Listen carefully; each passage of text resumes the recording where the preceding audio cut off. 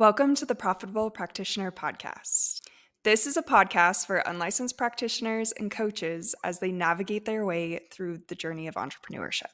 Here, we will be having conversations with real practitioners about their businesses, gathering marketing and business tips from other online experts, and ultimately creating a community for support and growth. My goal is to give you the knowledge, tools, and support you need to build, scale, and sell your services so you can truly create the business of your dreams. All right, guys. Today I am here with Angelica Ventrice. I'm so excited to have her on the podcast. Angelica, do you mind just giving a little introduction about yourself to the audience? Hello, everyone. How are you? My name is Angelica. I am originally from New York, but now I reside in Maui, Hawaii. I'll make it as brief as possible. So about 13 years ago, I went through a deep transformation journey. I lost 40 pounds.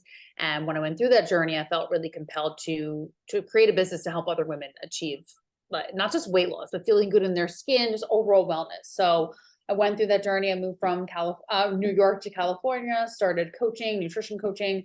And then I realized I wanted to help more women. So I started my online program 5 years ago, which is called Fit for Life.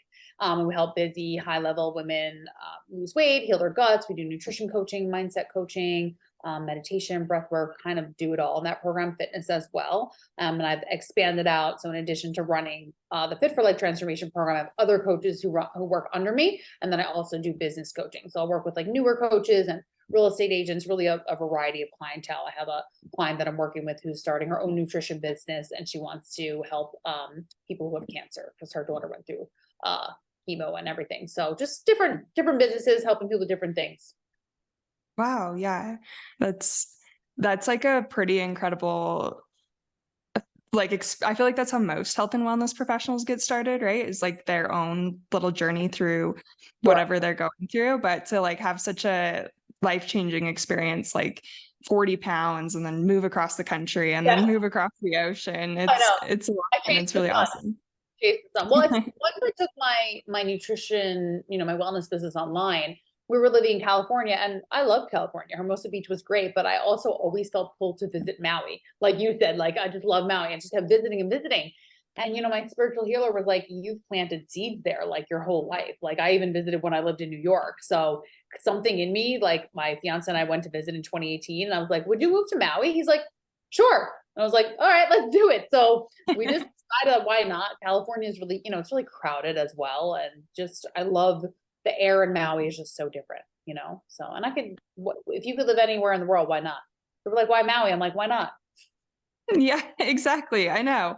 I went because now I'm kind of like jumping ahead. The audience doesn't know our behind the scenes conversation, but I was just chatting with Angelica about how I love Maui, and that's like me and my husband's game plan is to move there in the winters. And whenever I say it to people, I feel like they're like, "Yeah, okay," and I'm like, "But why? Why not? Like Oh, I literally, got that too. Oh, this it's is so my life." like, first Yeah, of all, none of your business. Number one, I'm from New York and then I lived in LA. So Maui prices to me are like totally normal. Like I'm coming from places where everything was kind of pricey. So it is what it is. And you get what you pay for. If you want to live on the ocean in a beautiful area, that's what you pay for. And that's important to me. yeah, I know. It's funny because my mom was like, Maui's expensive, right? And I'm like, I lived in Jackson Hole, Wyoming for 7 years, right? Like, Our it's more parents will expensive in Jackson. That's so funny. But yeah, I think that that's so important. I think each person kind of has their different thing that really resides with them. And for some people, I think place is just a really big one. And I think for me personally, that is huge. I would do anything to love the place that I live. exactly. Yeah. So, when you first started into your health coaching, do you want to tell me a little bit about like what that journey was like? What was your 9 to 5 before that, and then how did you feel kind of venturing off into health coaching? Sure. So first, well, when I lived in New York, I was doing medical sales and pharmaceutical sales. So that was my quote unquote like 9 to 5. Then I got certified in personal training and nutrition coaching. So that really wasn't 9 to 5. That was kind of like, I don't know, I had clients at 6 a.m. all the way to like 8 p.m. at night. And I worked my way up at the gym to be one of the top trainers there. But I still felt really unfulfilled doing that. I felt like just training people and just it just wasn't enough for me. I really wanted to help with them with their nutrition and their mindset and their gut health. So I got more certifications. And that's when, I really wasn't 5 years ago. I barely had an Instagram following and I barely posted on Facebook. So when I saw an ad or something popped up for like coaching online, I was like, what the heck? And people were saying, move your business online, go online. I was just like so opposed to it. I'm sure people listening can relate. Like they're scared. It's saturated. Where do I start? I don't know. What am I going to look like when I'm on video? All the things that we have to deal with when we start. Like, what do I post? What do I write about? Oh my God, is anyone like me? Like, are people going to think I'm ridiculous? Right. So all those fears. And then I was just like, I'm someone that goes all in, just like when I moved from New York to California. One of the biggest pieces of business advice I would give to someone who wants to move into an online space or whatever, any career change, is to just go all in, just trust yourself.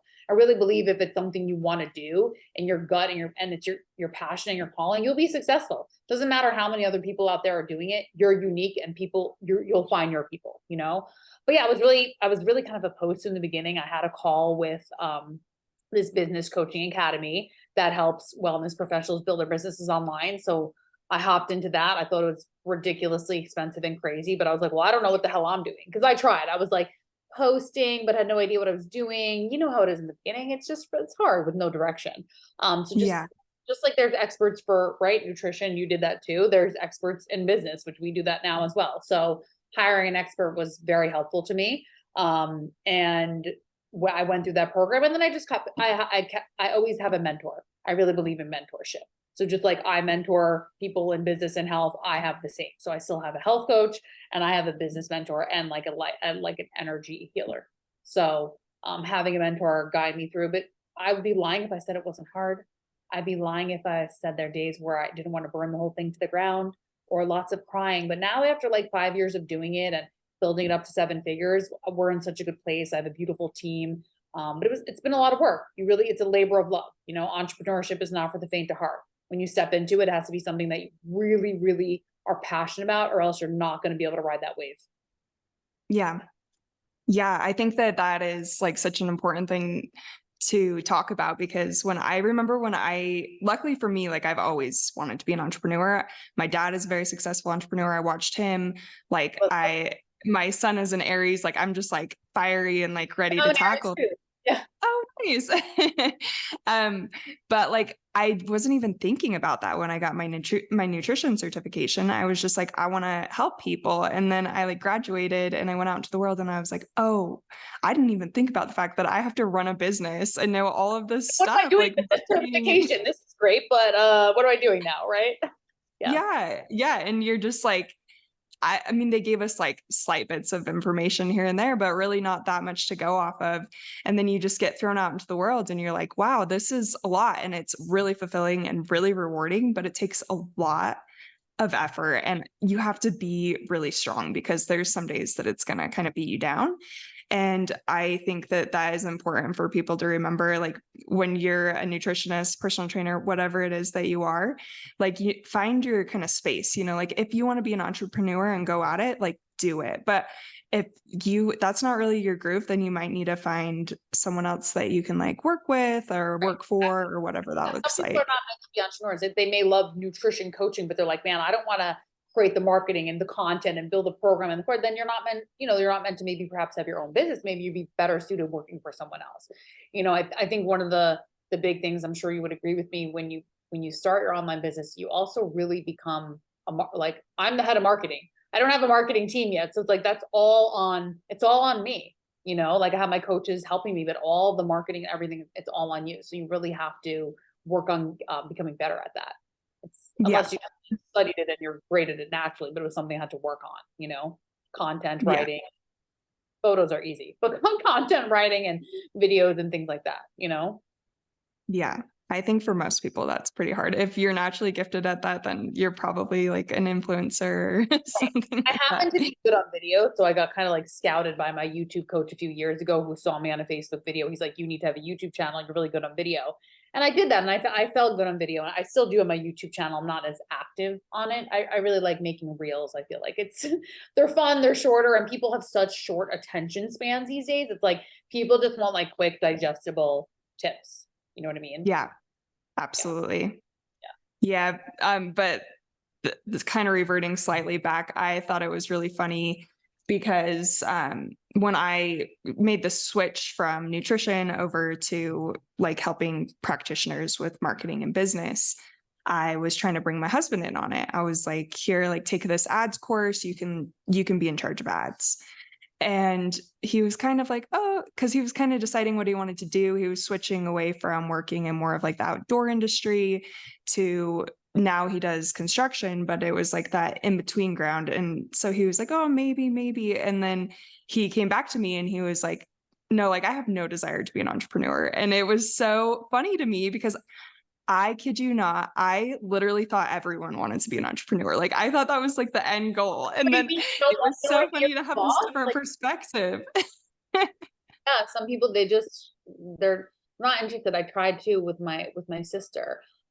She's a sommelier and she's really good at like mixology. And I'm like, you could literally be like a consultant and go to like top restaurants in New York City and like create your own thing. And I have like all these ideas, entrepreneur brains. Once you're an entrepreneur, you go crazy with ideas for other people. You can't control yourself. And then Oh people yeah. sometimes look at you like, no, I'm not doing that. Why I'm would I not want putting to do myself out there like that. And you're like, what do you mean? Be amazing. And they're just like, that? It's so funny. Yeah, well, I would also love, so you said that you were in sales before you went into health coaching, correct? yeah, I've done sales since I'm like 16. So my first job ever was selling sneakers in the mall. So as soon as I got like what is it, your junior driver license in New York, whatever it is, your junior's license, I got my first job selling sneakers. And I really liked it. I liked talking to people and I felt like I was good at it. Like I felt like I was always closing sneakers at the time back in the day though. I didn't know the word closing. I didn't know I was closing my sales, but I was always closing everyone that wanted a sneaker or sneakers, right? And then like when I went to college, I was a waitress while I was in school. And then I did like showing some properties for this guy we knew that was a real estate agent. So I was like, I just feel like I have a knack for like connecting with people very easily. And when I was a personal trainer, you have to sell yourself to work your way up, especially at a big gym. I worked at Equinox. And you just have to talk to people and it's all about your personality, right? And that connection. And my clients range from 20-year-olds to 7-year-olds that are still my clients today, this couple. So like I Mhm. connect with a wide variety of people. So I think people forget that sales is not about convincing, it's about connection. Mm, I think sometimes people get like an icky connotation with sales, but if you're doing it the right way, it shouldn't feel like sales. It should just feel like a genuine connection and talking about something that you love. There's no convincing that needs to be done. yeah. Yeah, that's so true. I love that. It's advice that I should take for myself because I still have a hard time with sales. Oh, okay. Well, yeah, I guess let me know. I'm happy to help. Yeah, that's one of those things that I've worked on too, because as I'm growing my sales team now, I have someone helping me. And now I'm training my fiance to help me. And then I'm having my clients love to work for me, which is a blessing, who want to help me do the sales, because as I've grown, like I can't handle all these calls. So I need people to come in and help me. So now it's me working on my skills as a leader, training other people in what I'm good at. Cause like inflection and tonality in sales and pacing is so natural to me, but it's interesting to teach to other people. Yeah, yeah, definitely. I could see that it's like a whole other learning curve is Yeah, stepping from, running your business solo to being a leader and teaching other people what you know. yeah. For me, it's like it just comes so natural, right? It's my program. I've done sales. I know how to talk about it, but it's teaching other people those sales skills. But yeah, I think the Mhm. most thing is just knowing that sales is based on connection.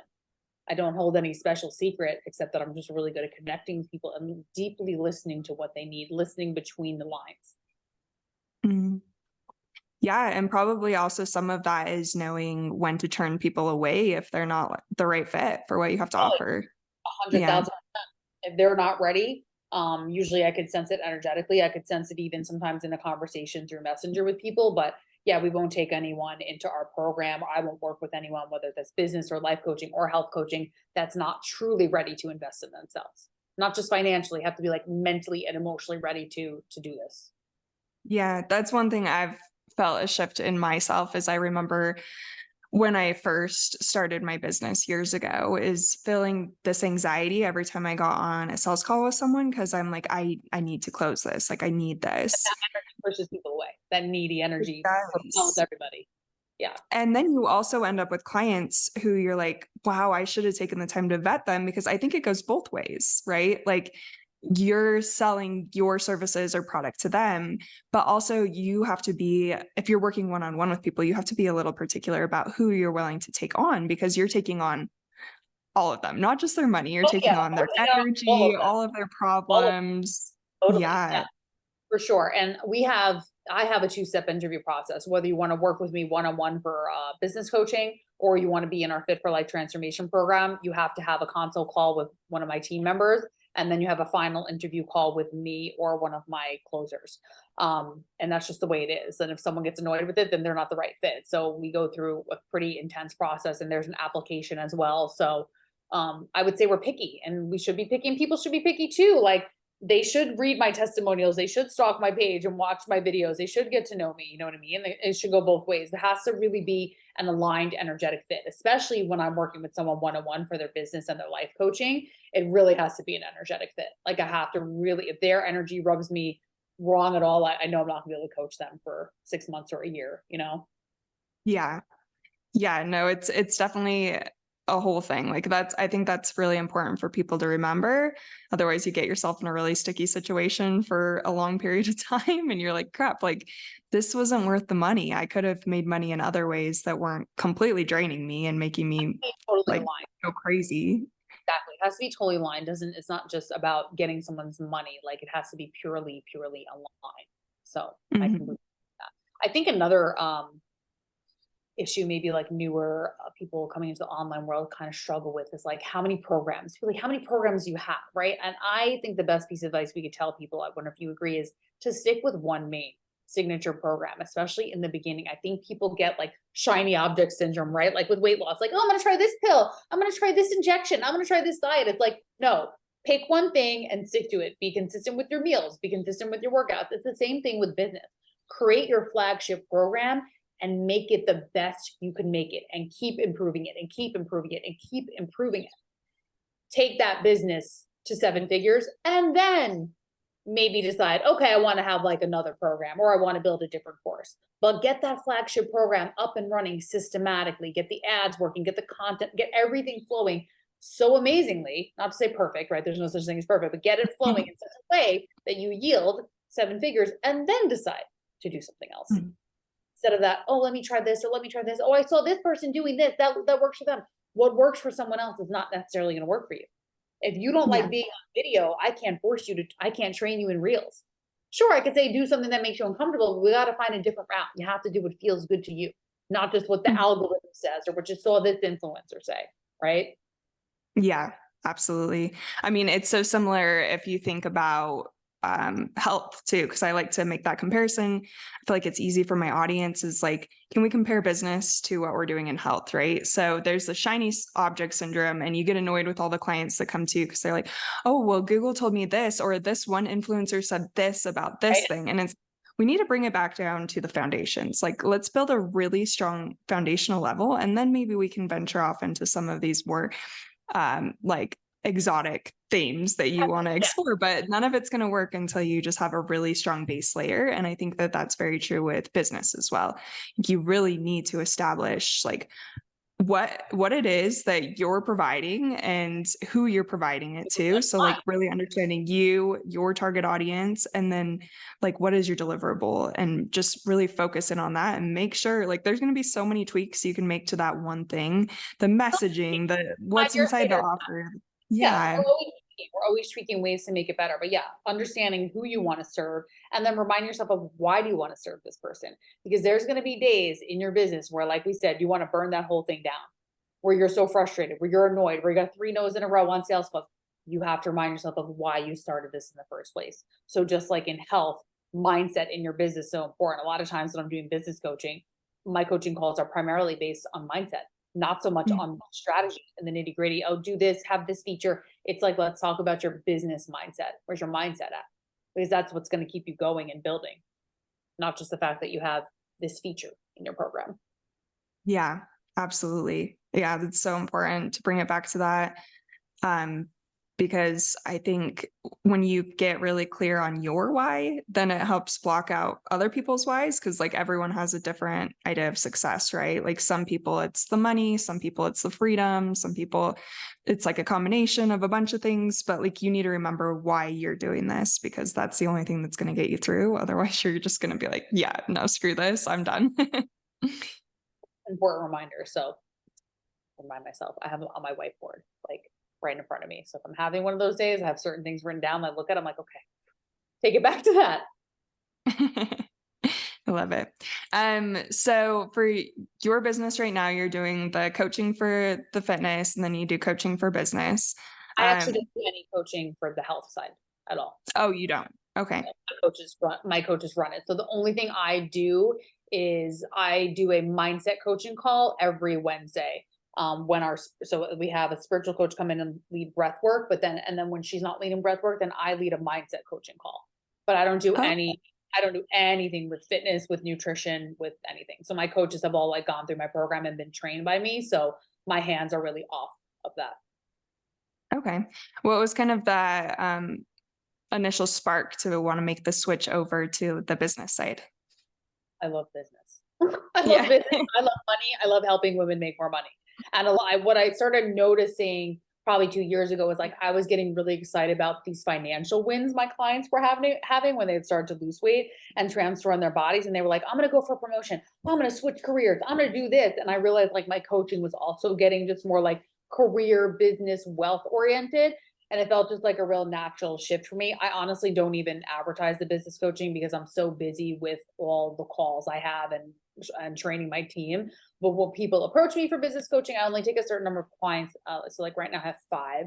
My max is 7. I'll take 7 clients at a time. So yeah, I love business. I love entrepreneurship. I love helping other women build businesses and seeing them be successful and make money and following their passion. Because I think there's just so many women who feel like, well, I can't do that. I can't do that. I'm stuck in this, I'm stuck in this job. I'm stuck in this 9 to 5. It makes me good money and I have health insurance and all these things. And they block down what they really want to do because they're afraid. I want to help Mhm. them do what they really want to do. Yeah. I mean, I think so many times too, it's the culture and what kind of language you had spoken to you as you were growing up, like what you're supposed to do for a career, what's going to be successful. And when you don't have that kind of reflected to you that being an entrepreneur is a viable idea, then it's really hard to get rid of like the health insurance and all of the Yeah, safety it's hard nets, to see it. Yeah, you have to be a risk taker. Entrepreneurs are risk takers. Mhm.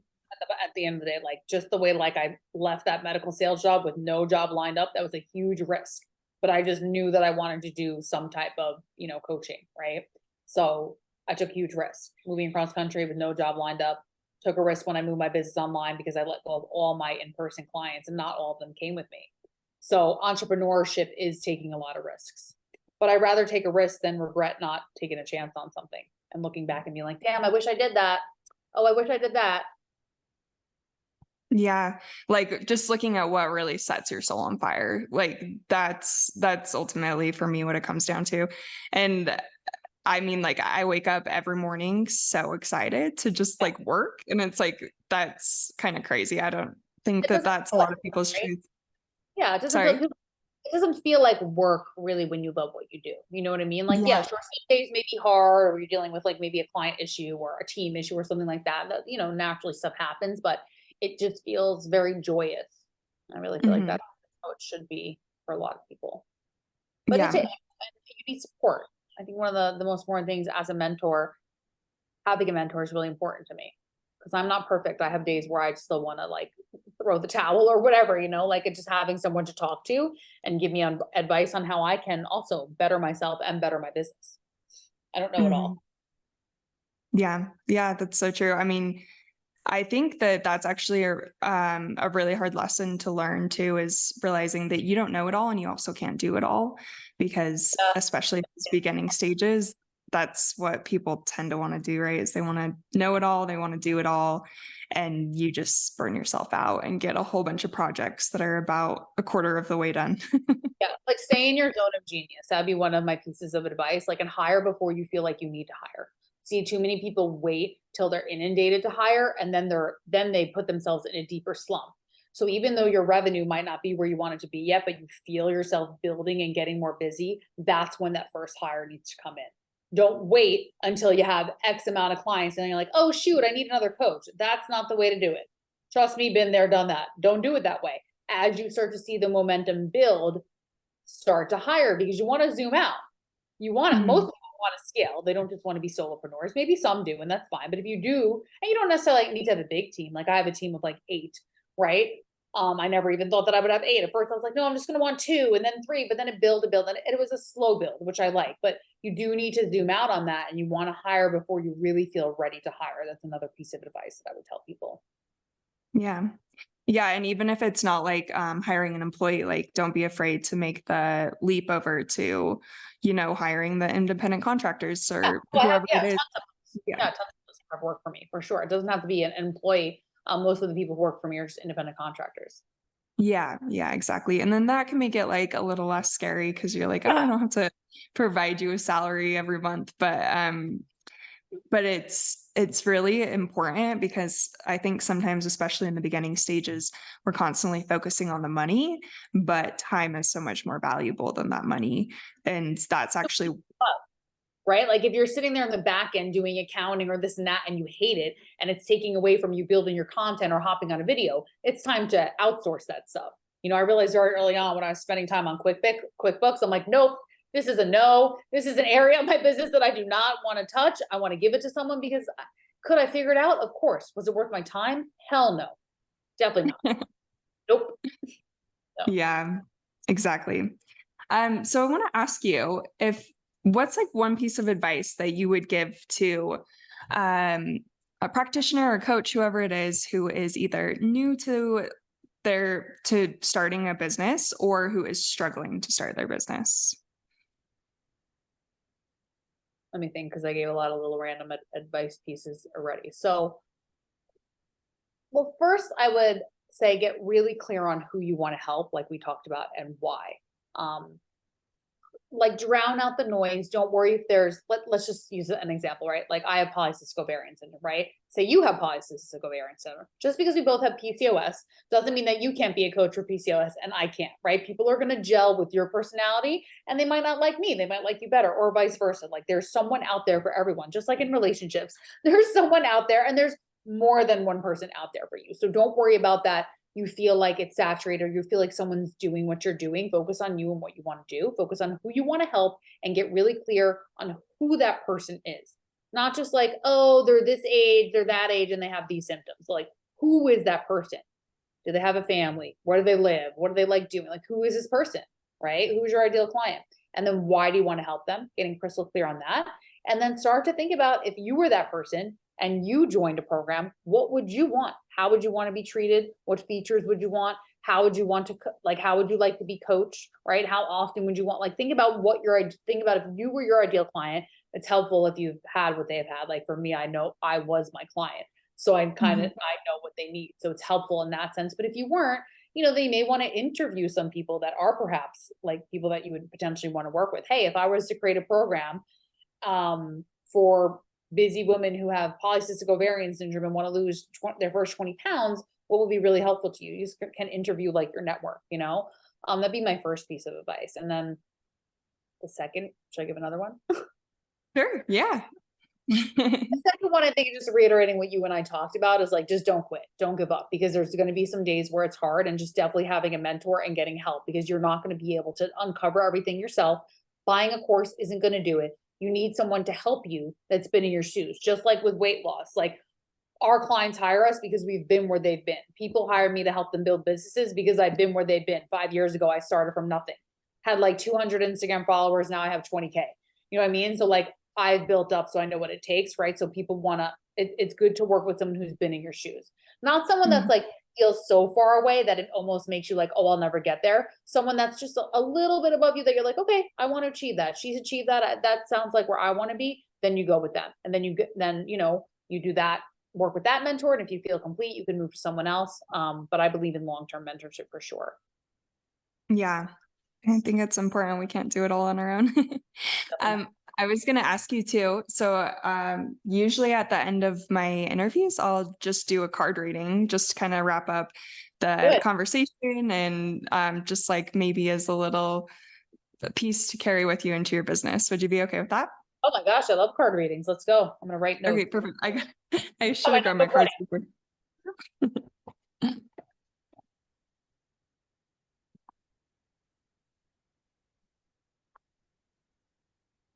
Alrighty.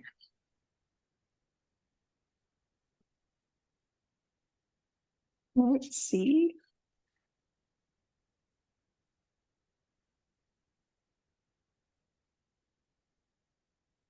I'm Not the excited. card. Okay. Let's go with this guy. We've got the Seven of Pentacles.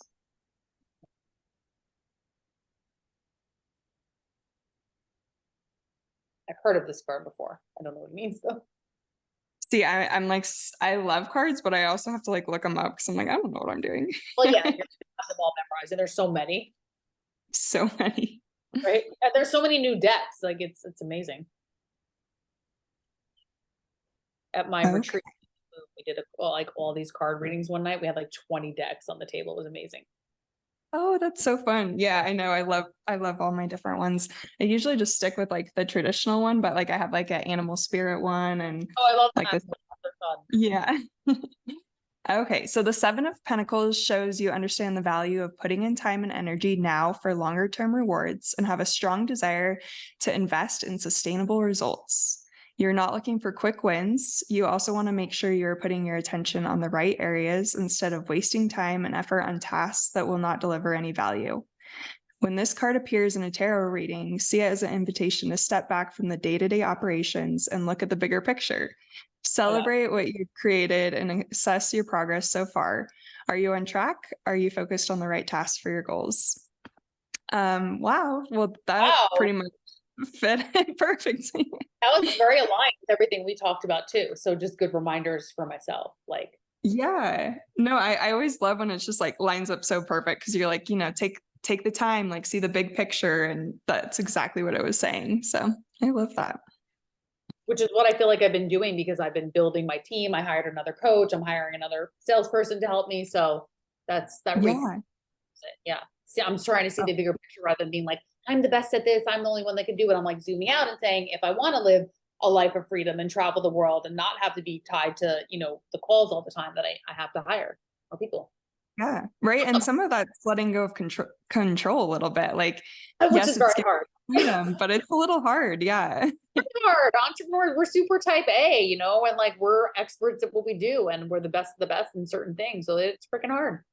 It's hard. And it's your baby. I mean, your business is your baby, right? Like, you built it from the ground up, Exactly. so We don't have children. We have a cute mini Aussie. That's also my baby, but the business is the baby too. yeah. Same, I've got Izzy, my border collie, and my business, so Oh, cute. Yeah, border collies and Aussies are similar energy. Hyper. yes, very much so. Okay, well, this has been so amazing. Do you wanna just let my audience know where they can find you if they wanna, like, follow along with you or work with you or any of those things? So the best place would be Instagram, and my Instagram name is at the Angelica Ventrice. So just my name with the Okay. in front of it, because apparently someone has my name. So yeah, Angelica Ventrice, and you can just send me a message that you heard me on the show. If you have any questions, anything, any advice on just starting up your business or anything, happy to answer anything. But that's where I live. That's where I hang Awesome. out on Instagram. Okay, perfect. Well, this has been a really great conversation. I'm really happy to have had you on. Thank you. Yeah, it's fun to talk about entrepreneurship. Yeah, always is. All right, guys, I hope you enjoyed this episode. If you are wanting more support throughout your marketing efforts and to have a place to collaborate with other health and wellness entrepreneurs, then I would really recommend that you join us over in the Facebook group. I'm going to connect that link down in the show notes, but that is going to be the Profitable Practitioner Private Community on Facebook. And then if you enjoyed the show, please send it to a friend who would also enjoy it and give us a rating and review. That really helps so much just to spread the word about the podcast and get it to other ears who could also benefit from all the great conversations we have here and this community that we are growing.